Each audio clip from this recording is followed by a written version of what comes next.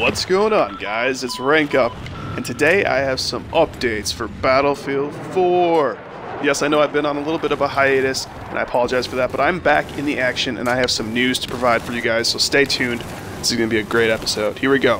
First things first, DICE is restarting servers every other Tuesday at 4 a.m. Central Standard Time, so that would be 2 a.m. Pacific Time and 5 a.m. Eastern Time. Not sure about you European guys. I guess that'd be kind of like, you know, noon GMT time, somewhere in there. But anyway, they're doing this to provide maintenance for us, and I don't know if they have been doing this or if they just haven't been telling us they've been doing this. I'm not really sure why it's taken them 6 months to figure this out. It's kind of like when your computer slows down, you turn it off, you turn it back on, it goes fast again. Same thing with like your modem and router. I mean, people do this, just it's routine maintenance, you know, turn it off, turn it back on, and it's better. I don't know if that's entirely true, like if that's the only reason they're doing this, just maintenance, but there's some indication on the forums that there's something else going on.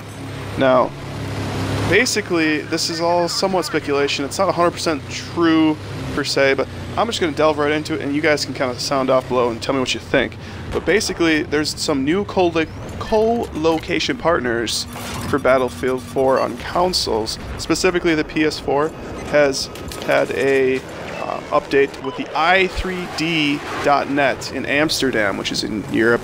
So it doesn't really affect most American players, but this is great news because this means that a lot of us will be getting better gameplay experiences. The i3d.net is actually the same server for the test servers, and if you guys have been playing on the test servers, you know very well that they play a lot smoother. There's basically no rubber banding. There is some netcode issues, and I do want to cover that a little bit. I mean, we've been in the dark for, I would say, a good month and a half now, if they are even working on netcode, and I'm not even sure what they're gonna fix. If this server fix is the netcode fix, I think they have a long way to go, and honestly, I don't know how much more support in that department we'll get. Rubber banding in servers is one thing, but horrible netcode where you get killed behind walls is another thing. It's a whole other ball game, folks.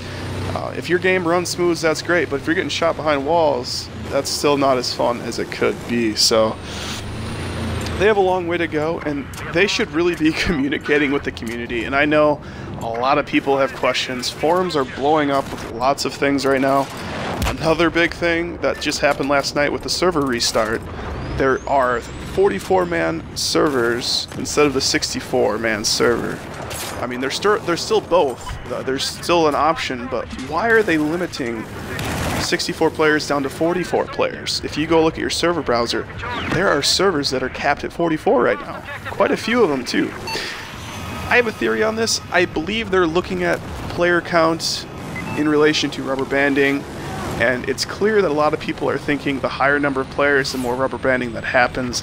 Obviously, this also increases your chances of running into European players or, you know, people, Asian players, if you're from the United States, that is. Basically, out-of-region players is what I'm getting at. If you're playing against somebody who has a ping of, like, say, 300, they're going to wreck you every day. The netcode is going to be terrible.